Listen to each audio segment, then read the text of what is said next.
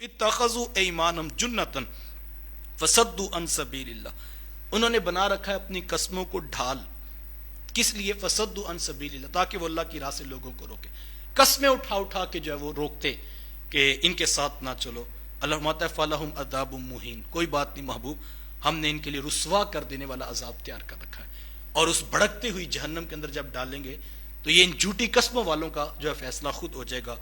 لَن تُغْنِيَ عَنْهُمْ أَمْوَالُهُمْ وَلَا أَوْلَادُهُمْ، جس مال کی خاطر یہ منافقت اختیار کیے ہوئے ہیں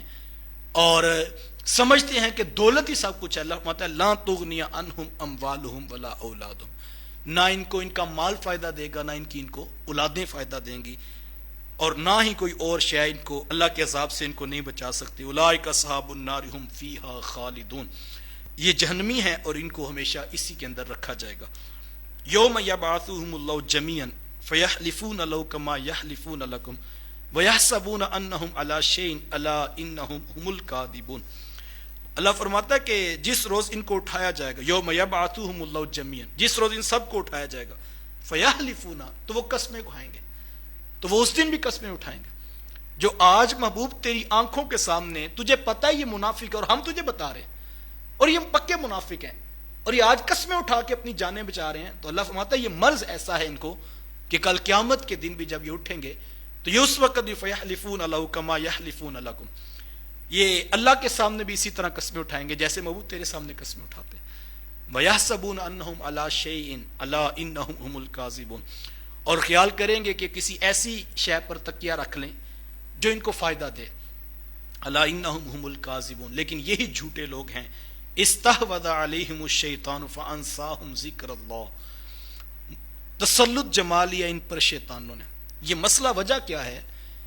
کہ یہ دوگلی پالیسی لے کر چل رہے ہیں، یہ منافقانہ رویہ اختیار کر رہے ہیں، وجہ یہ ہے محبوب کہ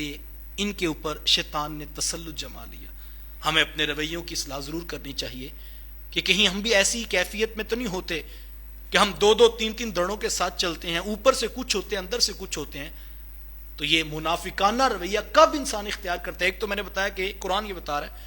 کہ جب انسان کو اپنا ذاتی مفاد، مال و دولت جو ہے وہ نظر آ رہا ہوتا ہے تو پھر وہ سوچتا ہے کہ یہ رویہ ایسا ہے کہ دونوں پارٹیوں سے، تینوں پارٹیوں سے میں کھاؤں گا اور ہر طرح کے شخص کے ساتھ میرا تعلق ہونا چاہیے۔ اور دوسرا کہا وجہ، روحانی وجہ کیا ہے؟ یہ تو ظاہری آنکھیں دیکھتی ہیں کہ وہ